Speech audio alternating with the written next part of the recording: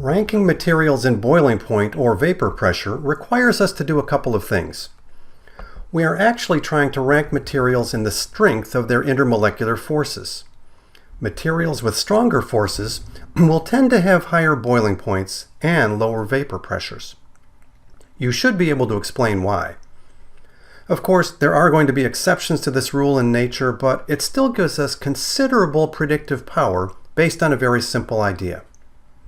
In order to determine which forces are present, we will need to draw the Lewis structures of the molecules. We check to see if the material is polar and if hydrogen bonding is present. For nonpolar materials, we know that molar mass can be used as a tiebreaker, with heavier molecules having higher boiling point.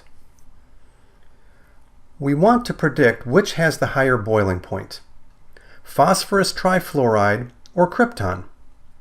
We need to compare the intermolecular forces in each. They have approximately equal masses, so their dispersion forces should be relatively equal. We next ask if one is polar where the other is not. Drawing the Lewis structures shows us that PF3 is polar, so it will have dispersion and dipolar forces. Krypton is nonpolar, so it will only have dispersion forces. PF3 has more forces and will have the higher boiling point.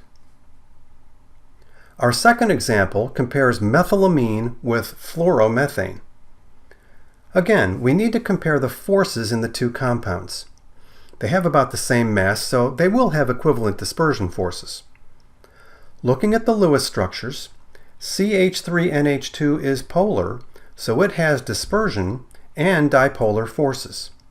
It also has NH bonds, so hydrogen bonding forces will be present too.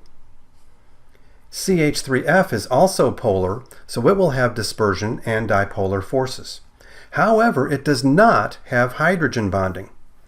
Even though it has H and F in the chemical formula, it does not possess HF bonds, so it will not have hydrogen bonding. It really helps to have the Lewis structures in order to see that. Since CH3NH2 has more forces, it will have the higher boiling point.